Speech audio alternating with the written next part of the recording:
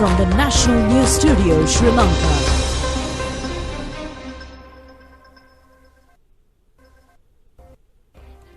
A pleasant evening and a very warm welcome to the National News of Rupavahini on Channel I. I'm Dulanjali Ananda. Joining me is Chaitanya Purarachi. And these are the top stories which have made headlines for tonight. Prime Minister invites parliamentarian Anurakumara to unveil his plans to address the current economic crisis. A ship carrying 40,000 metric tons of urea will reach Sri Lanka by 9th of this month. Cabinet approval for more concessions to reduce debt burden of small-scale farmers. Litro says a gas shipment of 3,724 metric tons will reach the country on Saturday. Northern fishermen seek new initiatives to continue their livelihood amidst the severe fuel crisis. Bank of England warns UK economic outlook as deteriorated.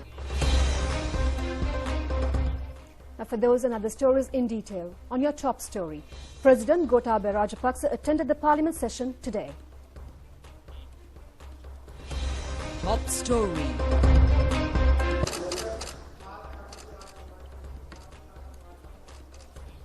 The President, who arrived at the Parliament complex, was welcomed by the Leader of the House, Dinesh Gunawardena, and the members of Parliament of the ruling party. At the time, Prime Minister Ranil Wickremesinghe was presenting the roadmap with proposed solutions to the existing economic issues to the Parliament. The President entered the chamber and listened to the Prime Minister's speech.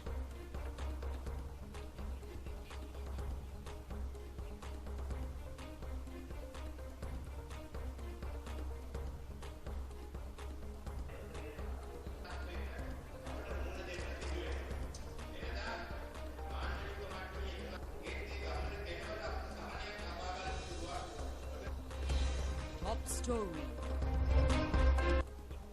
The first round of discussions with the International Monetary Fund has been a success, but the assistance depends on the debt restructuring program, which Sri Lanka has to come up with, Prime Minister Ranil Wickremesinghe told Parliament today. At the same time, Prime Minister has asked parliamentarian Anurakumara Dissanayake to submit his emergency response plan to the President. If he doesn't want to go to the President, present it to the Parliament and the Prime Minister instead. If the plan is better and more effective than the plan Mr. Wickremesinghe's government is implementing now, it will be implemented.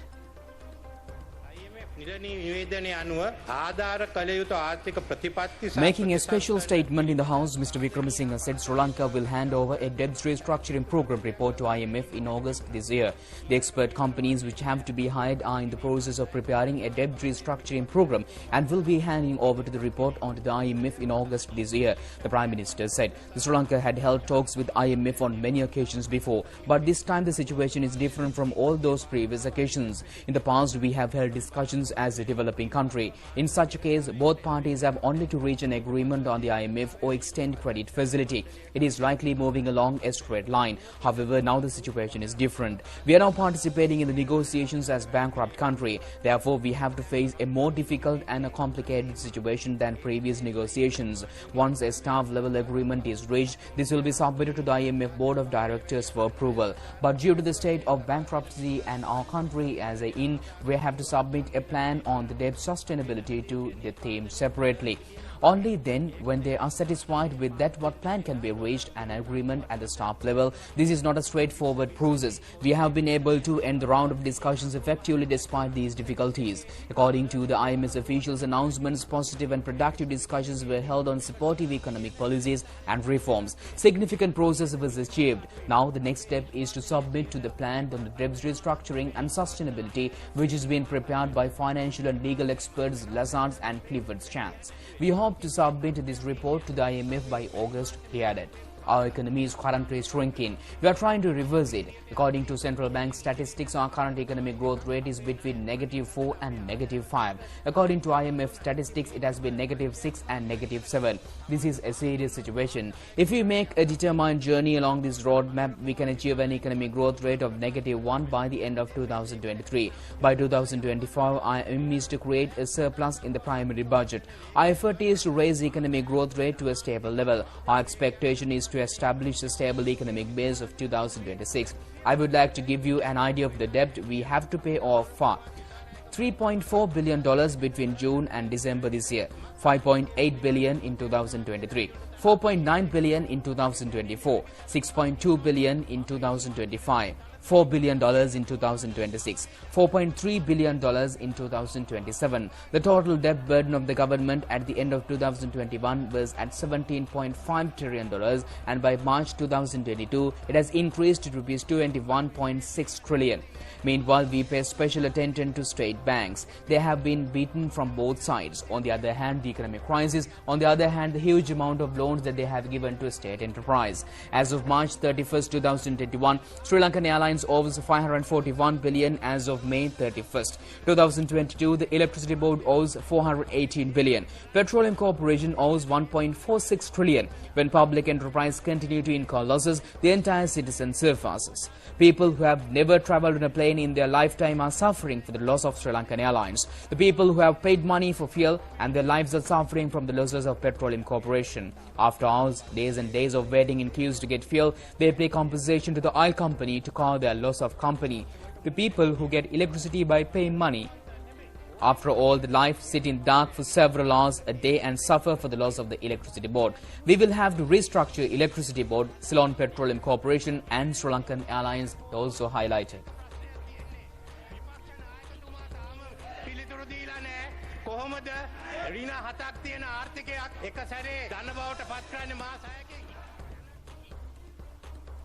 Minister Mahinda Amaravira says that the first ship carrying 40,000 metric tons of urea fertilizer will reach Sri Lanka next Saturday. He made those comments at the cabinet press briefing held this morning. The minister said that the Indian government supports Sri Lanka to buy the consignment of urea fertilizer. Government has ordered a consignment of 60,000 metric tons of urea from Oman. The first ship left a port off in Oman and heading towards Sri Lanka, the minister said. He said that the distribution process of urea fertilizer will be conducted on priority basis. However, the government plans to provide fertilizer for all farmers, the minister emphasized. The first consignment will be provided to paddy farmers. The second consignment of 25,000 metric tons of urea fertilizer will reach Sri Lanka within week limits next week, minister said. He said that the priority category of farmers of the distribution process of the second consignment are corn farmers. Minister Amaravira further said that the government has already allocated necessary funds to purchase fertilizer for the upcoming Maha cultivation season. The World Bank will provide Sri Lanka 1.10 billion, rather $110 billion US for the process. At the same time, World Food Programme will distribute 375,000 tons of fertilizer packed to low-income families. The minister further said that the government has instructed the state banks to provide relief for small-scale farmers. All agri-loans obtained by farmers who cultivated land less than 5 acres will be waived off by state banks. Ministry of Agriculture has requested all agrarian organizations to make the relevant payments at the agrarian development centers to purchase urea fertilizer based on the selected farmers list. A vessel with urea fertilizer under the Indian Credit Line facility expected to arrive in the country on June 9th, according to the ministry. The mechanism has been prepared by the Agrarian Development Department, Commercial Fertilizer Company and Ceylon Fertilizer Company to distribute the fertilizer among the paddy farmers upon receiving. A discussion in this regard was held with the participation of Minister Mahinda Amaravira at the ministry today. With each fertilizer sack priced at 10,000 rupees, 50 kilograms of fertilizer will be provided for 1 hectare of paddy fields in the wet zone, while 100 kilos of fertilizer will be provided for 1 hectare of paddy fields in the dry zone. And meanwhile, cabinet approval was granted to re-establish the cabinet subcommittee on cost of living. The relevant proposal was presented by President Gotabaya Rajapaksa. The cabinet subcommittee is tasked with the responsibility to provide the necessary policy and practical solutions to keep the cost of living stable. The cabinet subcommittee is chaired by the president, and the subcommittee is comprised of Prime Minister Ranil Wickremesinghe, Ministers Douglas Devananda, Bandula Gunawardena, Mahinda Amaravira, Dr. Ramesh Patrana, Kanchana Wijayasekara and Nalin Fernando. The cabinet of ministers also granted approval for the establishment of a committee on food safety chaired by the Minister of Trade and with the participation of secretaries of relevant ministries to support the cabinet subcommittee on cost of living. Cabinet approval was granted for the signing of the exchange papers related to the Japanese grant program on Human Resource Development Scholarship. The relevant proposal was presented by Prime Minister Wickremesinghe. 282 million Japanese yen have been allocated for the scholarship program, which provide executive-grade officers in the state sector to pursue their postgraduate programs in recognized universities in Japan during this year.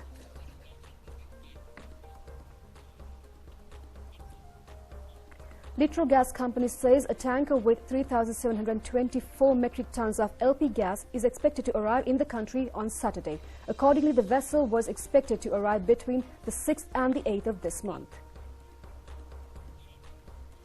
Litro Gas Company indicated that the prevailing weather condition has caused the delay. The relevant tank is expected to arrive in the country in accordance with the agreement reached between Litro Gas Company and the World Bank to import 100,000 metric tons of LP gas into the country. Under this agreement, another vessel with LP gas expected to arrive in the country between the 11th and the 12th of this month, according to the chairman of the company, Modita Pires.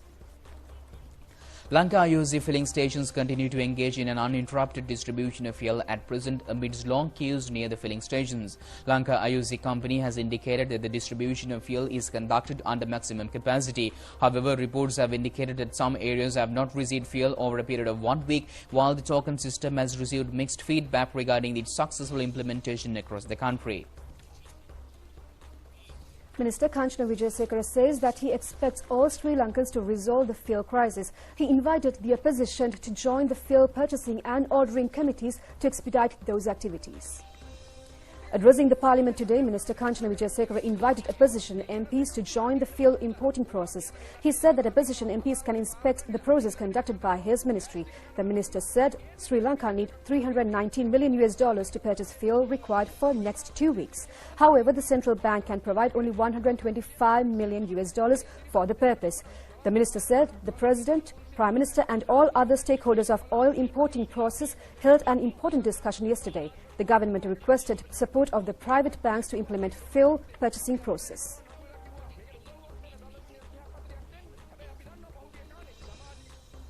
The economic outlook for the UK and the rest of the world has deteriorated materially. The Bank of England has warned. And energy and fuel costs are rising rapidly around the world, pushing up prices generally more quickly. However, UK banks are in a position to weather even a severe economic downturn. The bank said it told banks to keep more money in rainy funds to ensure that they can weather any storm. The bank's committee comes into latest financial stability report. International forecasters such as the IMF and OECD have said Britain is more susceptible to recessions and persistently high inflation than other Western countries, all of which are grappling with energy and commodity market shocks. While the bank said that the UK's bank sector was well placed to cope with a severe downturn, it said that it must increase the amount of money that's set aside to absorb shocks. Starting a year from now, banks will require to set aside a sum equal to 2% of those assets as a buffer, as opposed to the normal 1%. The Financial Policy Committee said that covered every rate in either direction depending on how the global economy pans out. Outgoing Ambassador of Sultanate of Oman to Sri Lanka, His Excellency Juma Hamdan Hassan Al Malik Al Shehi, called on the Speaker Mahinda Abeykoon yesterday. The Omani ambassador said that he would support the strengthening of bilateral relations between the two countries in fuel, gas and investment opportunities.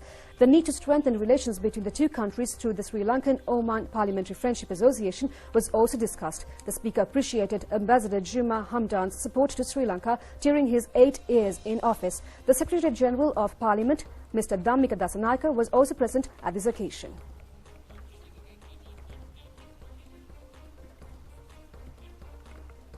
Sri Lankans are making a tremendous effort to continue their day-to-day life amidst the ongoing economic crisis. As they lose many facilities they had earlier, we could see some courageous efforts being made to face the current difficulties. Small-scale fishermen in northern Sri Lanka turned towards ancient methods to sail their boats as they have no fuel for fishing activities. Fishermen in northern Sri Lanka face many challenges throughout past 3 decades. They lost their livelihood during the war period, and even today they suffer as thousands of foreign fishermen invade the traditional fishing grounds of Tamil fishermen.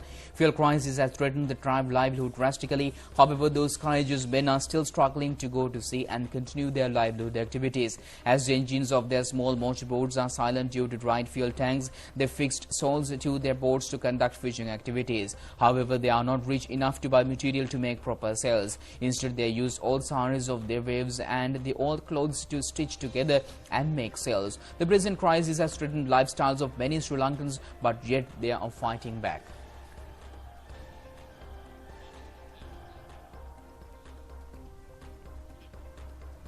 Archbishop of Colombo Cardinal Malcolm Cardinal Ranjit today called for the resignation of President and the government and to form a new multi-party interim administration to resolve the crisis in the nation and to bring in a total system change. And also the Cardinal proposed holding an election once some kind of stability is achieved.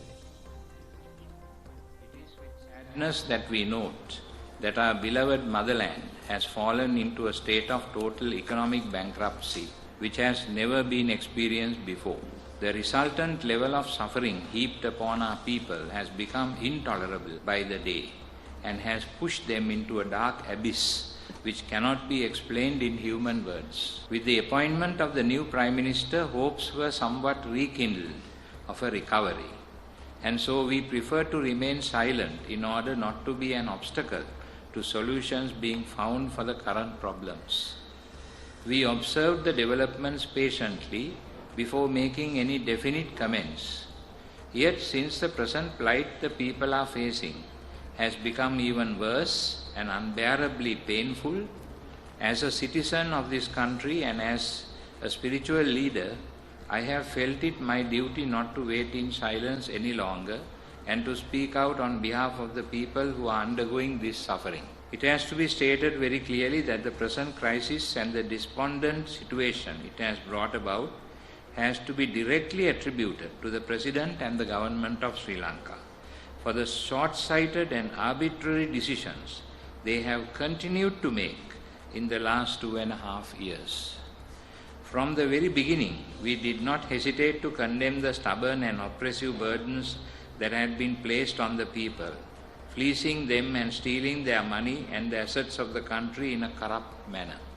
Yet, up until now, there has not been any investigation or bringing to book of those responsible for these corrupt and dishonest practices and decisions. Still, we notice that no serious attempt is being made or any plans or vision prepared to solve the problems this country is facing in the matter of the ongoing severe economic crisis, the acute shortage of fuel, electricity supply, medicines, needs of the agro-industry, education services or any other of the essential services. While that is so, people are spending days in queues, going through untold hardships in order to obtain the essentials, and the government has no cohesive plan or project which could definitely free them from this situation.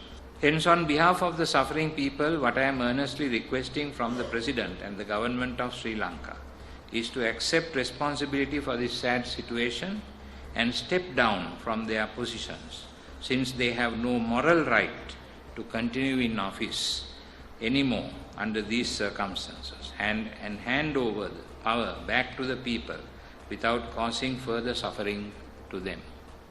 If that happens, the people will be enabled to establish a multi-party interim government in order to effect the desired total and structural system change in the manner that is credible and transparent to all. Now, Colombo Fort Police has apprehended a suspect who was invading the Ratnapura High Court over a rape case while refuging at the Golf Face protest site. The suspect was wanted over the rape case number HCR/111/2020 of the High Court of Ratnapura. The court had also issued an open warrant on the suspect over the case. The suspect has been identified as a 25-year-old resident of Veralua, Ratnapura. The police indicated that this suspect had been hiding in the protest site, evading his arrest for nearly 2 months. The suspect has been remanded till July 12th by the Colombo Fort Magistrates Court and expected to be produced before the Ratnapura High Court subsequently. And meanwhile, the Met Department says strong winds can be expected at times the western slopes of the Central Hills, western, southern and northwestern provinces. The department has further indicated that showers will occur at times in Sabaragamuwa province and in Kandy, Nurelia, Gol, Mathura districts. Reports have indicated that areas in the western slopes of the Central Highlands experienced heavy showers with gusty winds yet again. Reports on 3 uprootings and damages to power lines were also reported due to the severe windstorm prevailing in the country hillside. It has also been further reported that a heavy foggy condition also prevailed in these areas apart from the heavy showers. Accordingly, Nurelia Disaster Management Centre has cautioned the motorists to be vigilant while driving under such conditions.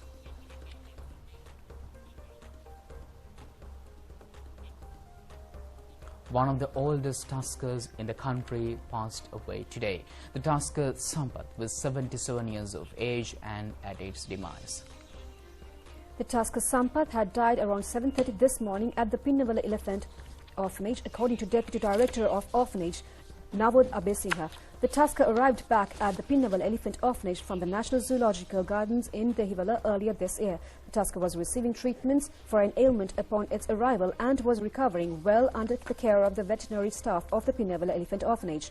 However, reports have indicated that the tusker Sampath had collapsed this morning and succumbed a short while after. The staff of the orphanage had taken steps to conduct a final rites for the tusker. That's all the news we have on local news. Stay tuned for international stories coming up next. Welcome back. On foreign news, American police have arrested a suspect after 6 people were killed in a mass shooting at an Independence Day parade in Highland Park, Illinois.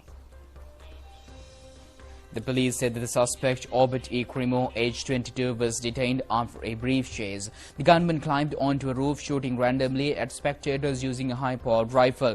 And in the latest mass shooting to hit the United States, there has been on an every week of 2022. President Joe Biden said he was shocked by the violence. Hours later, 2 police officers were wounded in a shooting at Philadelphia during a 4th of July fireworks display.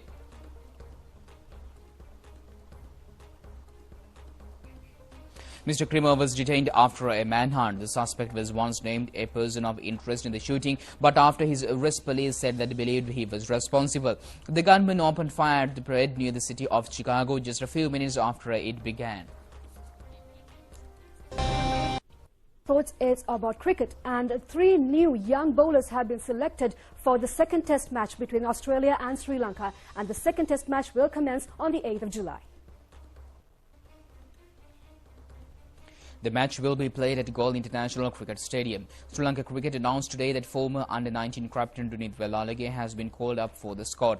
Meanwhile, Mahesh Deekshana and Lakshita Manasinghe have also called upon for the squad ahead the second test. Sri Lanka Cricket in a statement has indicated that left-arm spinner Lasith Ambudaniya has been removed from the squad, while Praveen Jayavikrama has tested positive for COVID-19 and directed for 5-day mandatory isolation. Sri Lanka's former captain Angelo Matthews tested positive for COVID-19 previously.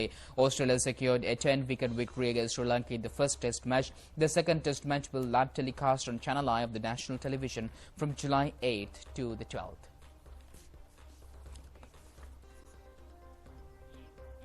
That's all the news we have for tonight. Do join us tomorrow at 8:50 p.m. for the very latest on Channel I. I'm Dulanjali, together with Charita, signing off. Good night. Good night.